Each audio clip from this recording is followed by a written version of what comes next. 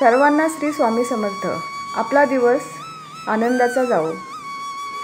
आपण स्वामी भक्ती करतो, तर स्वामी म्हणजे कोण?